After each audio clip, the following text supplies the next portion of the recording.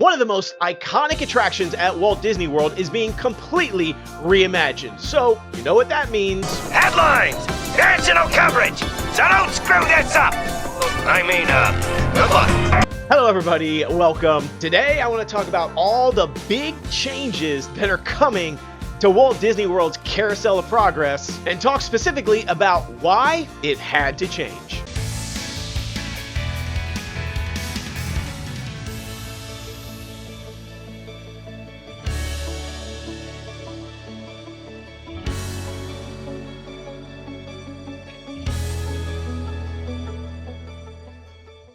There are few attractions in the history of Walt Disney World that are more beloved than Carousel of Progress. It has been a constant, nostalgic attraction, nostalgic journey that you're taking on for decades. The first version of Carousel of Progress started in 1964. This is at the 1964 World's Fair, and it began the vision and journey of what would later become the iconic Carousel of Progress that we know today. The second version of this was brought to Disneyland in 1967, where it later closed in 1973 to make way for it to be moved and created in Walt Disney World.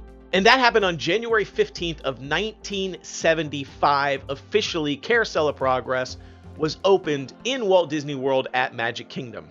Now, there were some changes that happened over the years, and then a major upgrade / change in the year 1994. And since then, that attraction has taken us on this journey with them, this American family experience through the decades, all to the tune of the amazing song of There's a Great Big Beautiful Tomorrow. And so here we've sat with that version of this attraction for a long time, but now here we have an announcement from Disney that officially confirms they are completely reimagining this attraction, completely changing it from top to bottom. This thing is going to be entirely different from the version that we know today. It's officially closing on July 6th of 2026 and is going to reopen sometime in the year 2027. And it makes sense because with the exception of a handful of changes that have happened over the years since 1994, there really hasn't been any major changes in over 30 years for this attraction.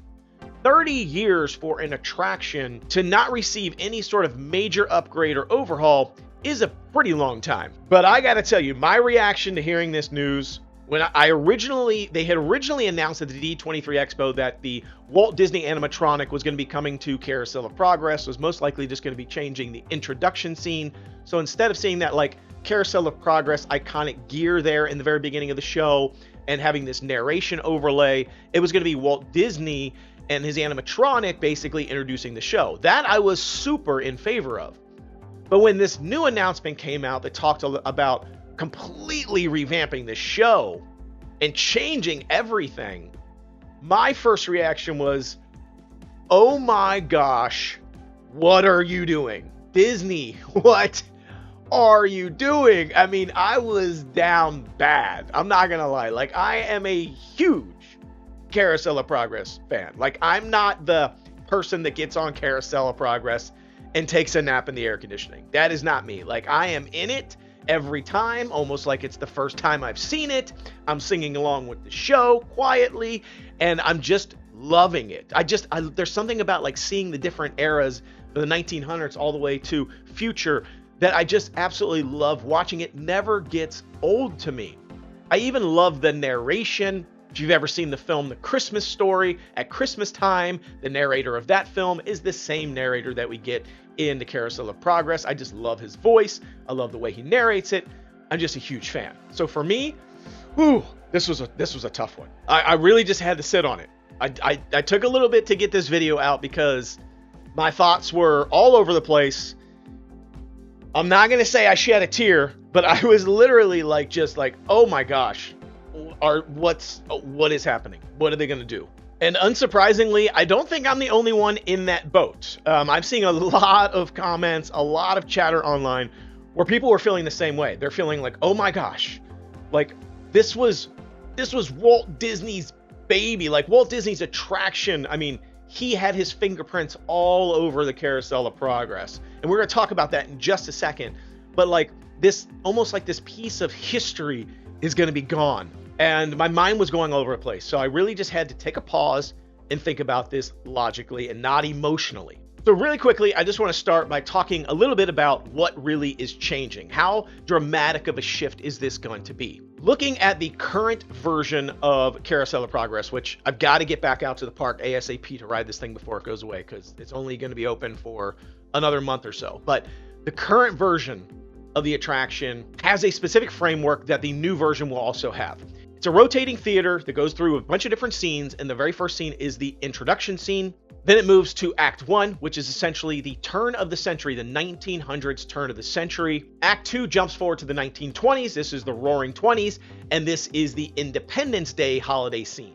Act 3 moves ahead to the 1940s, and this is during Halloween. And then the final act, Act 4, takes us to a future state at Christmas time. Now, of course, that future state may not feel very future anymore, and it has been changed over the years, but it is somewhat of a future state version, and it follows that same pattern of it being some sort of holiday time frame. And so one of the things that looks like it is going to be changing in the new version is it's no longer going to follow this like holiday theme where every scene is a different holiday. So the new version, what are we getting? How is it changing? What eras and decades are we getting? Unfortunately, the narration is going to change. We're going to have a different narrator. It's had a number of narrators over the years, but the original narrator, Rex Allen, his narration was changed over in the year 1994 when they brought it to Walt Disney World. And Gene Shepard replaced him at the time and is the narrator currently today. This is the Christmas Story narrator. But when they replaced Rex Allen, he actually voiced the grandfather in the scenes of the new version as well. So it's a little bit of like an Easter egg to sort of carry him forward. And now that both of those narrators have now passed away, they're not around anymore, we're going to have a new narration. A couple of possibilities exist here. They could try to do some sort of like AI version narration using one of their voices. I don't see that happening. More likely, they're just going to recast and find some new narrator that can voice the part that they feel really good about, maybe somebody that they've used in the past for different voice acting. But it could be really cool to bring in one or both of those previous narrators in some sort of little bit piece or some sort of little scene to sort of pay homage to them, maybe give them a little bit of an Easter egg. That might be pretty cool, but we'll see. The other big question everybody has is, are they keeping the music?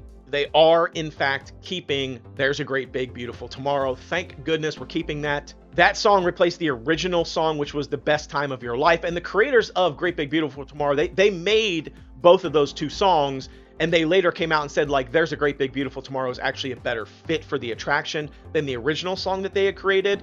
And I think everybody agrees it's such a great theme song. They're definitely keeping that for this new version. They've already come out on record and said that, so no worries about that. So let's get into the scenes and talk a little bit about what's going to be changing here. The first one is obviously the introduction. I already talked about the fact that the gear, the logo thing is going to go away, and the Walt Disney animatronic is going to be coming in. Now, this is a really interesting scene for me. I am excited for this scene specifically because Disney has come out and told us this new introduction with Walt Disney was heavily inspired by the TV special Disneyland Goes to the World's Fair back in 1964, when Walt Disney essentially introduced the Carousel of Progress, the concept, and what it was going to be to the world. He goes through a couple of different things. He showcases some of the animatronics, how they work, how they were trained. There's a lot of cool little like touches of Disney and behind the scenes Imagineering in this video. And Walt Disney is wearing this sort of like iconic blue cardigan sweater type thing, which you can specifically see in the concept art itself. So that same exact sort of outfit, that cardigan, is being brought forward as part of the animatronic. So I think that this scene here is going to be kind of almost a recreation to some of the elements that were in that TV special. And we do know that they are creating some really cool props and Easter eggs that will be part of this set here that were specifically from the introduction to the Carousel of Progress video. They call out the Tower of the Four Winds, prototype of a tiki bird from Disney's Enchanted Tiki Room, some early Epcot concept materials that Walt Disney himself had worked on, and a doll from It's a Small World. He actually talks to the doll a little bit during this sort of special here. So those are some of the cool things that we're going to see in this setting, along with Walt Disney, the animatronic, as well. Hopefully they do improve upon the animatronic face itself. I wasn't like a huge fan of the Walt Disney animatronic that exists in Disneyland. I think the face could have been a little bit better and look a little bit more like him. especially during this time period. That animatronic is I think aged up more. It looks more like him in his older years versus during this TV special. So hopefully it's a little bit more reflective of his actual face. So now moving over to Act 1, this is the 1960s. So we moved from the turn of the century 1900s now to the 1960s. That's a 60-year jump, introducing us to Carousel of Progress. That's a huge time period, which is a little bit sad for me because I really like the 1900s, 1920s, 1940s. I like kind of like seeing all those gadgets and how the technology and just kind of laughing at some of the things that the characters say. But it's also really interesting to me because it's kind of like a throwback to how the version at the World's Fair was also created. Because if you look at it, the original version of this was basically 60 years in the past. So basically they started, it was during the 1964 World's Fair, and they went back about 60 years to the turn of the century, the 1900s. So it was basically a snapshot in time from the 1900s all the way to modern day 1964 at the World's Fair, and then a future sort of vision snapshot. And so this new version is basically doing the same exact thing. It's basically looking at the current year, which is 2026. It's going back about 60 years, which takes us to the 1960s. So we're getting that same sort of like 60-year window and then a future scene. So I actually think that's pretty cool. Although I do have a lot of heart for those previous decades as well, I also love the new decades. It's going to be really neat. And this first scene specifically is 1969, and it is during the first moon landing. All the family is basically huddling around the television and waiting for this iconic moment where we are going to touch down on the surface of the moon for the very first time, kind of mirroring some of the elements that you see in Spaceship Earth. You think about that particular scene, one small step for man, one giant leap for mankind. Very iconic moment in human history. Captures the spirit of innovation. We are now, even in this day and age, now finally trying to go back to the moon, and we're trying to go to Mars now. And I just feel like starting out Carousel of Progress in the 60s here with this iconic moment, I think it's kind of a cool idea. Then we jump ahead to the 1980s. That's the next scene, Act 2. And this is Halloween night. I like that we've got a holiday in here. It's going to be Halloween. Halloween was originally the holiday on Act 3. It's now going to be Act 2. So I like that they're bringing that back in, but it's during the 1980s. And I'm immediately getting like Stranger Things vibes, Goonies, obviously. I mean, just that like neon. I mean, I was alive during the 80s. And 80s was just an amazing decade. I'm really excited to see how they can bring this one to life. And I just think Halloween and the 80s, those two things mixed together like so well. Again, I keep getting Stranger Things vibes.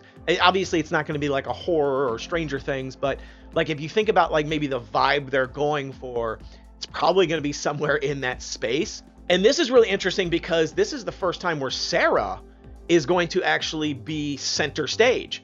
So instead of John, the main patriarch of the family, we're actually going to get Sarah, the matriarch of the family. She's going to be center stage, sort of telling us a little bit about all the new appliance and gadgets and technology that they have in the 80s. Now it makes their life amazing and better. John's actually going to be out on the porch handing out candy to trick-or-treaters. And we do also have a nod to the fact that Uncle Orville will be in the bathroom saying, "No privacy around here at all." So we are going to get that, which I'm glad about because that would have been a tough one to lose.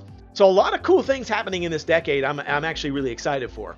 Act 3 now shifts forward to the 90s. It's crazy to me how we're going from like 60s to 80s to 90s, because I have to say, like 60s, 80s, and 90s, there was a lot of cool stuff happening in those decades. And the 2000s have been great, but like 80s and 90s, like yes, those were the decades to be alive. I mean, it was like insanely awesome. So I'm excited about Act 3, the new millennium. This is basically the turn of the century again. New Year's Eve holiday, 1999, flipping over into the year 2000. But they're going to be talking about things like that, how we have this newfangled internet. And there's even talk about a scene where Grandma is like waiting for Grandpa to sort of like nod off. And then she's like turning the TV to watch wrestling. So instead of this like, black and white boxing thing, it's going to be like turning it over to wrestling. Give him a left you big lug. Like, I love that, again, paying homage to the original, this current version of Carousel of Progress. So lots of little details in there that are kind of getting me amped. The final act in this new show is a possible, like, distant future. So maybe not feeling like so close to modern day, but like further off in the future where there's maybe some crazy innovation in technology. We're going to be in this like out of this world house or home, some sort of like robot that's going to be in this scene that's going to be like assisting and helping, taking on like everyday tasks that like we would normally have to do, but maybe they are doing now, like maybe cooking and cleaning and getting the kids off to school. I mean, any number of things. It also mentions like space travel, which I think again helps maybe like bring this full circle. The first iconic moon landing is the beginning of this show, and the end of this show is now talking about space travel and limitless possibilities. But what's also really neat is that they looked back for inspiration for this scene by looking at like some of the original concept art that was designed for Carousel of Progress by Disney legend John Hench and what his vision of the future was at the time. So all these scenes are stacking up, and all this is change is coming to this attraction, and I think it's going to be pretty controversial. Like I said, I struggled with it quite a bit. Is this a good change? Is it a bad change? Are we destroying Walt's legacy? Should we be messing with this thing? Because this attraction is just very nostalgic, very amazing. Like, people love it. They have a lot of heart for it. But here's the thing. I sat down and I just thought about it and I worked through it. I sort of got rid of my emotions for a minute, and I thought this. If there's one person in the world who would have supported Carousel of Progress changing, it is 100% Walt Disney. Carousel of Progress was never meant to stand still. It was never meant to just be a snapshot in time and just stay that way forever. It was always representative of progress.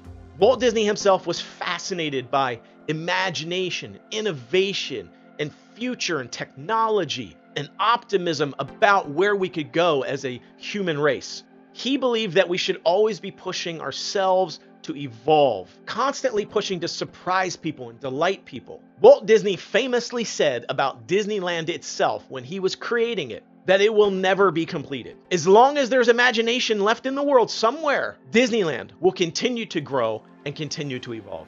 If we look at Carousel of Progress and the message and the theme behind the attraction itself, it was not about nostalgia for the past.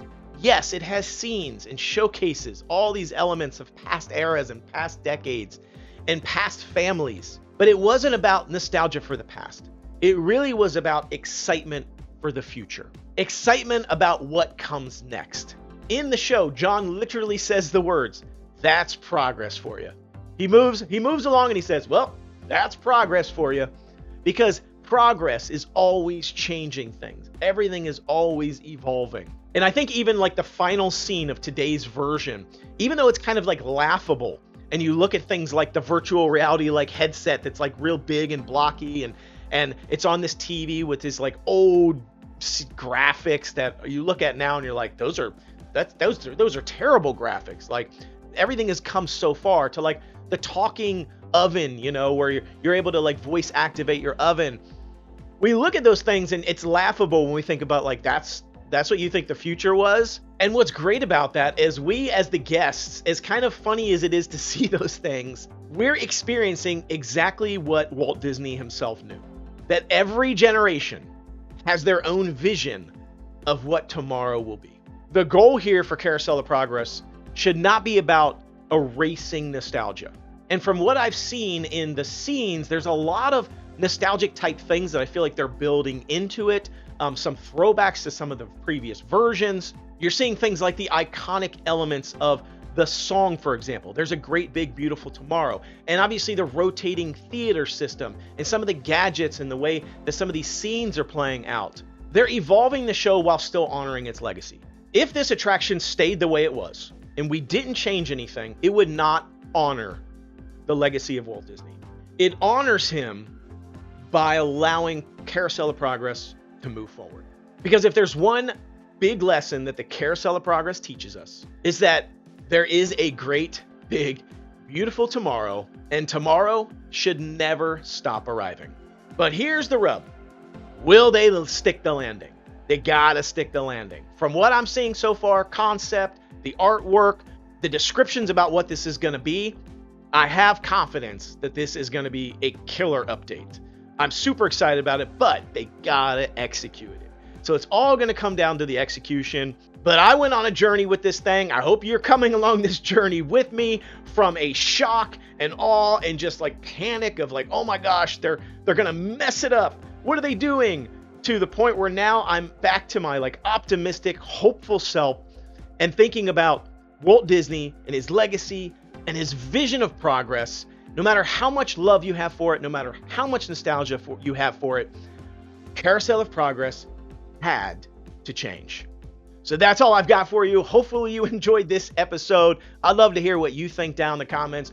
Big Carousel of Progress fan like me? Are you nervous, excited, cautiously optimistic, or are you down bad? I'd love to hear from you. What do you think? Thank you so much for watching. Be sure to like, subscribe, and share this channel. Till I see you next time, the Noble Way is the easy way. Bye-bye, everybody.